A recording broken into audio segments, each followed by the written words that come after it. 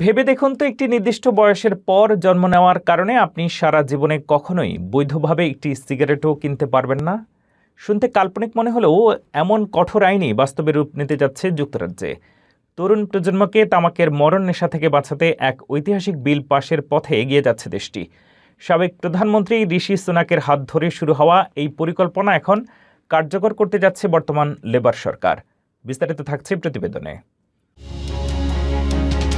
যুক্তরাজ্যে আসতে যাচ্ছে এক নতুন যুগের আইন। ২০০৯ সালের ১ জানুয়ারি বা তারপরে যারা জন্মেছেন তারা সারা জীবনে কোনোদিন দেশটিতে বৈধভাবে সিগারেট কিনতে পারবেন না। টোবাকো অ্যান্ড ভেপস বিলটি আইনে পরিণত হলে প্রতি বছর ধূমপানের ন্যূনতম বয়স ১ বছর করে বাড়ানো হবে। ফলে আজকের কিশোর প্রজন্ম যখন বৃদ্ধ হবে তখনও তাদের জন্য সিগারেট কেনা থাকবে অবৈধ।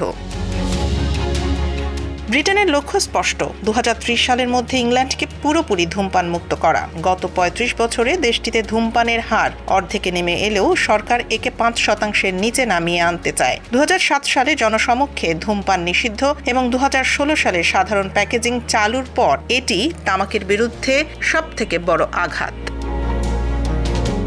তবে এই উদ্যোগ ঘিরে খোদ রক্ষণশীল মহলেই বইছে সমালোচনার ঝড়। সাবেক প্রধানমন্ত্রী লিজ ট্রাস একে ব্যক্তি স্বাধীনতার পরিপন্থী এবং রাষ্ট্রের অযাচিত হস্তক্ষেপ বলে অভিহিত করেছেন। বরিস জনসনও একে অযৌক্তিক বলে মনে করেন। সমালোচকদের আশঙ্কা, এমন নিষেধাজ্ঞা দেশে তামাকের বড় কালোবাজার তৈরি করবে এবং সরকারি রাজস্বে নেতিবাচক প্রভাব ফেলবে।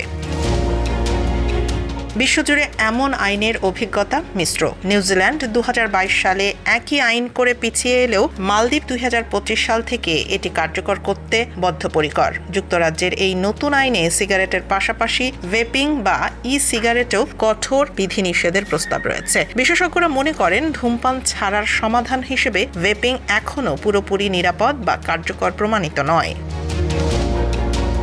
ব্রিটেনের এই সাহসী পদক্ষেপ কি বিশ্বজুড়ে তামাকমুক্ত সমাজ গড়ার নতুন মডেল হবে, নাকি সমালোচকদের আশঙ্কা সত্যি করে বাড়বে চোরাচালান? রাজকীয় সম্মতি মিললেই শুরু হবে তামাক বর্জনের এই নতুন লড়াই।